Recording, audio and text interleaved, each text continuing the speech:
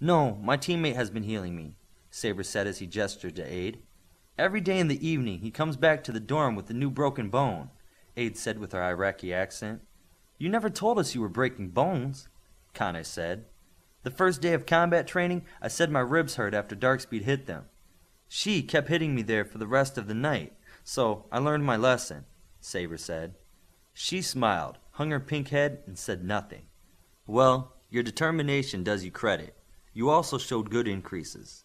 Your strength increased from 100 to 150, lift from 8 tons to 12 tons, endurance from 100 to 120, speed from 10 to 12, and your durability raised from 500 to 850.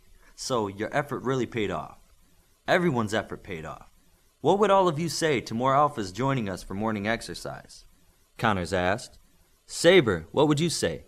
She and the other members of First Team knew he was testing Saber. She also knew she couldn't spoil the test. They watched as Saber answered the question. Saber saw the trap and answered thoughtfully. To give the enemy the same advantage you have is foolish, but the other teams are not really our enemy. They are fellow alphas in training. In my country, all citizens are given a free college education because we are all one people, the same team. It just makes our country stronger.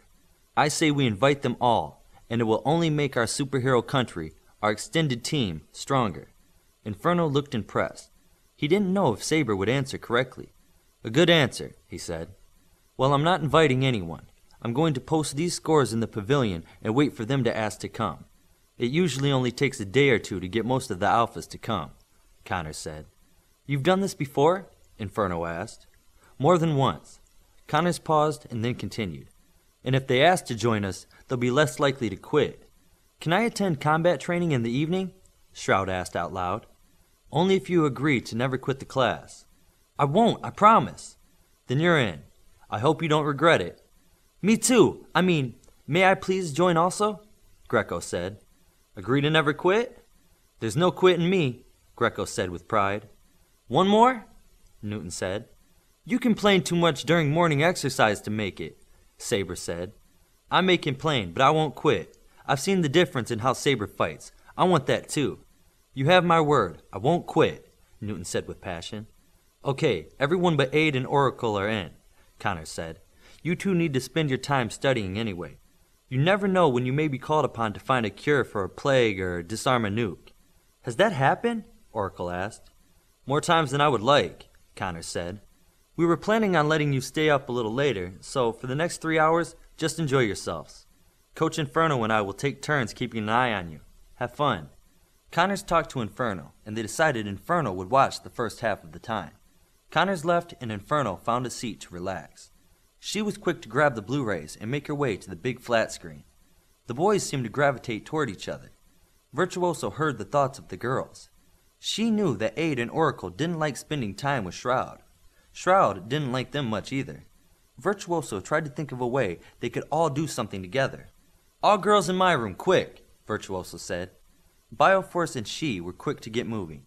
8th team has girls too, come on. All the girls were soon in Virtuoso's room. What do you want? Oracle asked. We're going shopping, Virtuoso said. We need the laptops from the common room and then we can get started. We're going to do internet shopping? I can do that in my room, Shroud said. Not like this you can't. Just give me a minute, Virtuoso said. She came back in with 6 laptops in tow. Here you are. She opened one and handed it to Virtuoso. Here's one of my favorite sites. Pick out something you like. Virtuoso motioned for Shroud to pick something. Here, this is nice.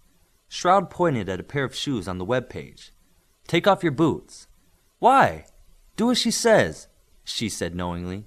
Shroud removed her shoes, stood there and shrugged. Virtuoso looked at the shoes and made the illusion of them around Shroud's feet. Shroud felt herself lifted a couple inches into the air. What did you do?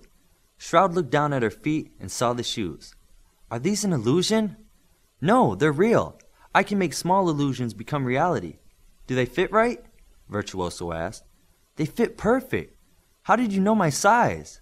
I read your mind. My mother and I used to do this all the time. So let's go shopping. Virtuoso did well at getting them to forget their discomfort with each other.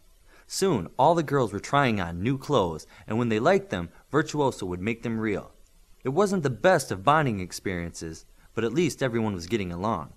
In the common room, the boys naturally got along. They started watching the videos of alpha fights from years gone by. Olympian was sure not to watch the Shogun matches without she. Watching the fights and eating until they were stuffed, the boys were happy.